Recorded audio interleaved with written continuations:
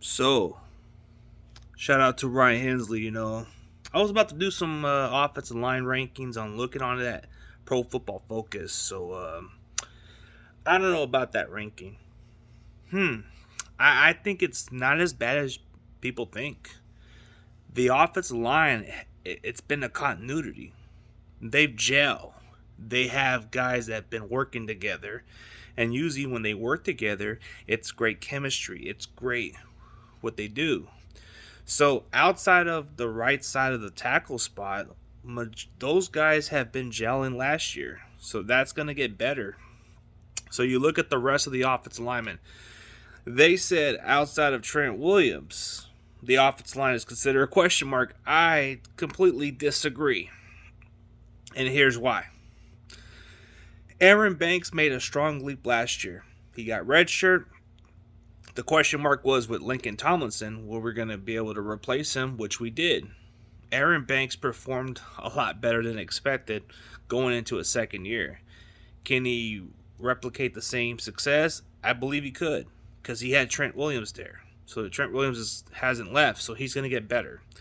Jake Brendel, it's kind of like an up and down with this guy. If all bias aside, all bullshit aside, he's kind of been the guy that's kind of been with the chemistry because he's played center. He's been with the team last year. He's been building on with the team the previous year with us. And you want to get somebody who knows the system and fits under the offensive line. And he's played okay. But he's been a continuity last year, so it made sense to keep him, even though I didn't like the decision.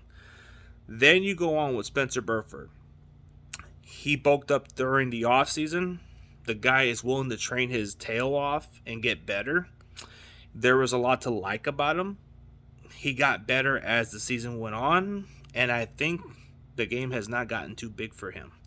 So I felt like we found that starter at the guard position for many years to come. I think he is definitely going to stick around for a long time. And I had the luxury to interview him last year, so I feel like the sky's the limit. He bulked up this offseason, and I think he's willing to step his game up a lot better. So you look at the right side. The right side tackle, you can say it's a question mark, but I've seen Colt McKivitz play before. I've seen number 68 play. He showed some good flashes. He's a very good pass blocker. Not great, but good. Good enough to replace McGlinchey.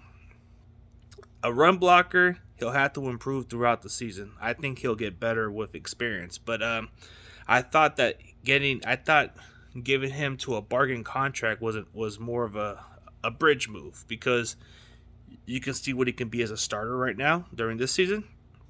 And if he pans out, you can have that option to keep him for that other season and maybe extend him to a reasonable contract.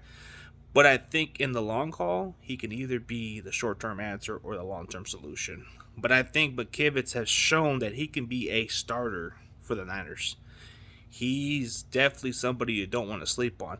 It really depends on McKivitz. If that right side is better, I think we'll be okay. Last year, we had some terrible issues on the right tackle spot, and McGlinchey just happened to be the weakest link. So I do think McKivitz could give us a little bit of hope because that pass blocking has been the issue.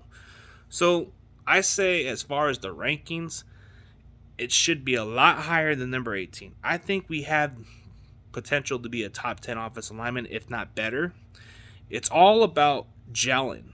It comes from a guy who played offensive line in a smaller league, but I speak on stuff like this. If you have continuity with your offensive lineman and you guys communicate and put in the work together and you guys done this going into the next season, there's a good chance you're going to improve your offensive line. So it's all about the communication. It's all about how your quarterback releases the ball, but you have to be able to hold on to your own, you know what I mean? So I just think it's not as bad as people think. The ranking just seems questionable because it's not that bad. But I digress and I disagree with Pro Football Focus on the ranking. We should be a little higher, but I do think it's a lot better than people think. So that's my thoughts. And as always, go Niners.